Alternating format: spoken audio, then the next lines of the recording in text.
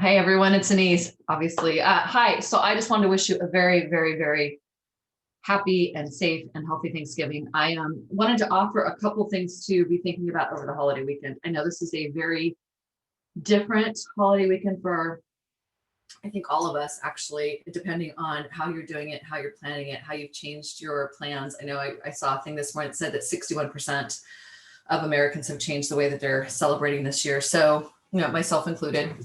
So I just thought I would give you a couple places to look over the weekend, especially if you are alone this weekend or if you are away from people that you love and you're finding yourself with extra time to reflect.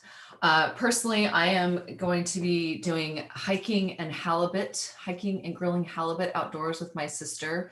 My kids are both in different locations with their dad, and so I will be solo this Thanksgiving. I usually host. It's usually a really cool thing. We have our entire family come, all the cousins and all that stuff, and we decided this year just to really just to be extra careful and just to be extra respectful of all the people that are out there, healthcare workers, frontline workers, medical, law enforcement, like everybody that's out there on the front lines doing work right now while we work through this pandemic. So I will be hiking outdoors and grilling halibut, and also doing a house call to my mom to stop by and say hi to her and bring her something, and just be really safe about it. So that's what I'm doing. It's very different. So if I think about this year compared to last year, if I start to think about all the things that are a bummer about this year and that have changed so much, and I look at the losses of 2020, and our dog passed away a couple of weeks ago, like 2020. There's been very serious family illnesses this year. There have been major shifts in our business and in our clients. We've had clients who've actually lost people to COVID. We've I have friends who've been impacted by this. I have close friends whose businesses are closing. So when I look at that, I look at my team, I look at this company and the changes that we've needed to really look at and shift the way that we do this work, and the shifts in business and the shifts in travel and the shifts in everything. I could go on and on and on. When I look at that, it's super, super easy to start to go to a place of like, oh my gosh, so this is so hard, and this is sad, and this is whatever. And it's an important place to actually go. So this is one of the things I want to offer you around authentic emotion. It's an important place to actually go to give yourself full permission for your emotional authenticity of whatever's happening. So disappointment, grief, whether this is regards to business, your career, maybe you're without a job right now. Maybe you're being directly impacted by COVID and somebody that you love is being impacted. Maybe you have it right now.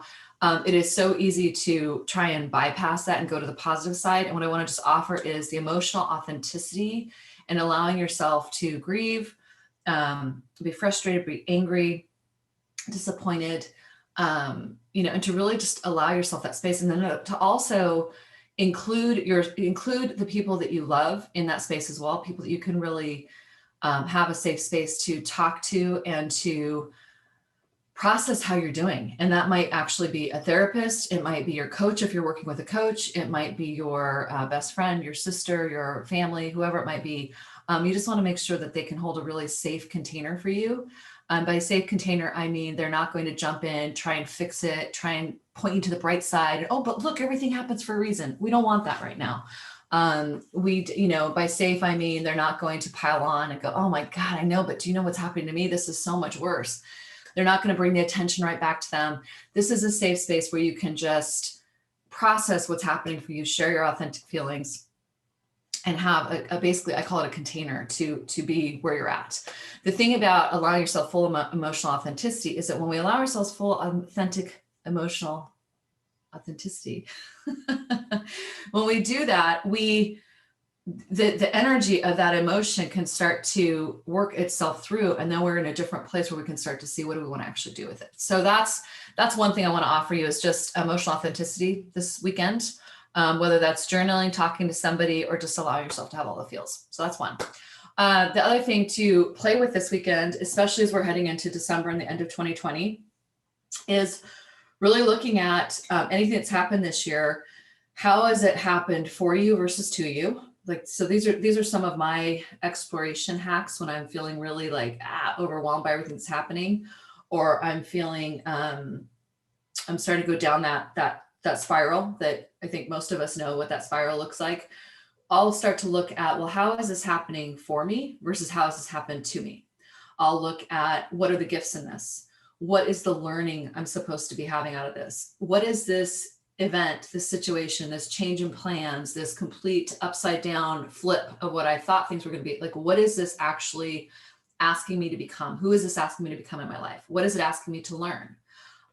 Where can I really look at what's happening and extract all the learning out of it? If even that learning is going to be learning how to be more resilient, learning how to ask for help, learning how to connect better. I don't know how many of you are noticing this, but I am noticing that this year has definitely been, I think, the most challenging of my life personally, but also in business. And what I've also am noticing is that it's taught me how to ask for help. It's taught me how to really get clear about what's truly important to me. What do I want my life to be about? What do I want my parenting to be about? What do I want my business to be about? What do I want my work in the world to be about? What do I want to be about? And it's really demanded, this year has demanded that I really unpack anything that's getting in the way of that. It's also really deepened my connection with people, with a core group of people that I have found super, super important to lean in with as we're going through all this. So I want you to just look at that. Like, what is this year bringing to you in terms of connection, in terms of relationships, in terms of clarity in what you want to be working on and who you want to be and who you want to hang out with? I don't know. One of the things I've heard, it's a common theme from people talking about this year, has been that they've been really surprised by who they were compelled to reach out to this year and who they weren't. By who reached out to them and who didn't. They've been really surprised by how they actually wanted to spend their time versus what they used to feel obligated to do in spending their time. And they've been really surprised by how they've chosen to shift their direction around. It could be spending, it could be, business, it could be culture, it could be anything. So just start to look at that. I know I'm just talking to you guys as if you're sitting here and I'm kind of rambling, and find what's important to you in this conversation, and the invitations to really look at that this weekend. Other things that you could be doing is you could make a gratitude list, which I know sometimes I offered that to somebody the other day and they thought that was a really terrible idea right now. And what we realized was that where they're at right now, where they're not feeling gratitude and they're feeling really pissed off, is exactly where they need to be. So that might be where you're at right now. So let yourself be where you're at. Let yourself be where you're at. And just that in itself is something to have some space and grace and gratitude around. Just the fact of allowing yourself full permission to be where you're at. So there's that. Other things that you could do this weekend, you could start to look at what you want your December to be. So we've got one more month of the year.